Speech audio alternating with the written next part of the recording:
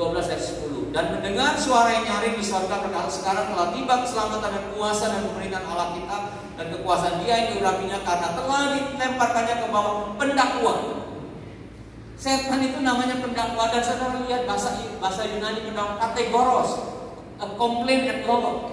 Semuanya namanya menggunakan istilah hukum. Jadi ini setan ini pintar sekali, saudara. Complainant at law. Saudara lihat, kalau saudara misalnya orang masuk tanah saudara gimana caranya? Pasti bawa ke hukum, saudara. Nah, iblis itu ahlinya. Dia melihat celah bahwa kita kehukum, sehingga saudara, gimana Tuhan yang adil itu bisa memberkati kita sebagai anak Tuhan? Gak bisa, karena kita masalah hukum.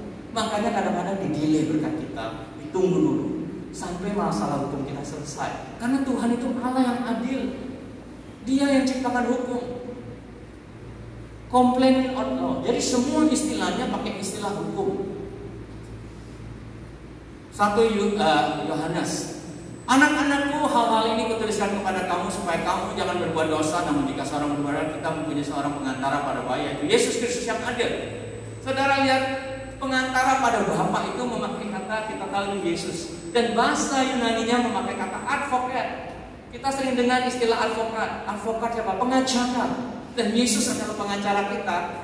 Dan pengacara bagaimana dia bisa membela kita kalau kita ada pelanggaran? Kecuali kita bertobat, Tuhan, kita sadar, ya Tuhan, ini aku salah, minta ampun Tuhan. Maka kita bisa dibela karena Yesus sudah mati di kayu salib. Setan gak bisa lagi tuduh kita, karena hambaku ini sudah selesaikan, aku sudah tanggung, dia sudah bertobat, karena aku sudah bayar harganya. Jadi saudara lihat, tapi masalahnya seringkali kita yang gak sadar, saudara. Apalagi kalau kita ini jalan dalam daging.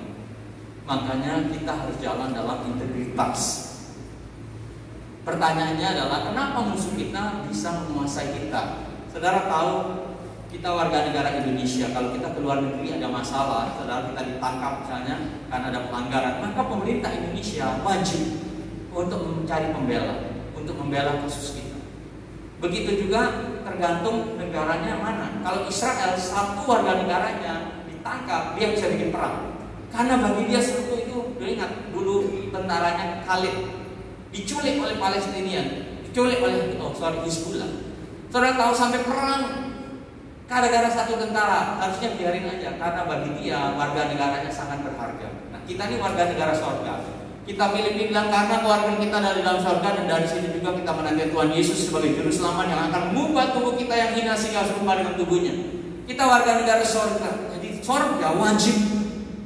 Tetapi yang menjadi masalah, kenapa kita masuk terjerat hukum? Karena kita yang mengizinkan. Ya. Musuh kita tidak punya kuasa otoritas atas hidup kita sebagai anak Tuhan atau hamba Tuhan sampai kita menyerahkannya kepada mereka. Bagaimana caranya? Kita melakukan pelanggaran hukum. Saudara, pendeta sekalipun, kalau kita melanggar masuk pengadilan, salah adalah salah, saudara. Tidak ada yang bisa bela kita. Saudara ingat kasus Ahok? Ahok ini gubernur yang hebat, semua dunia bahkan melihat dia. Semua kita terpesona dengan keberaniannya, luar biasa. Tapi sekarang dia pernah masuk penjara. Apa dakwaannya? Slip of tongue, memutarbalikkan, semua diputarbalikkan. Tapi itulah pendakwa palsu.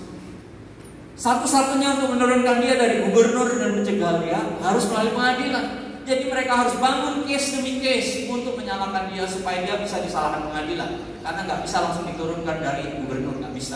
Harus ada case pengadilan. Saudara lihat, dunia yang tidak adil pun harus melalui pengadilan. Apalagi Tuhan punya hukum yang adil. Nah, disinilah permainannya. Inilah kita sebagai hamba Tuhan yang sering kali terlena di sini. Kita jadi gembala, kita lupa betapa hidup kita ini harus punya integritas. Perkataan kita bisa menjadi dakwaan, perbuatan kita bisa menjadi dakwaan. Hati dan pikiran kita, iblis gak tahu.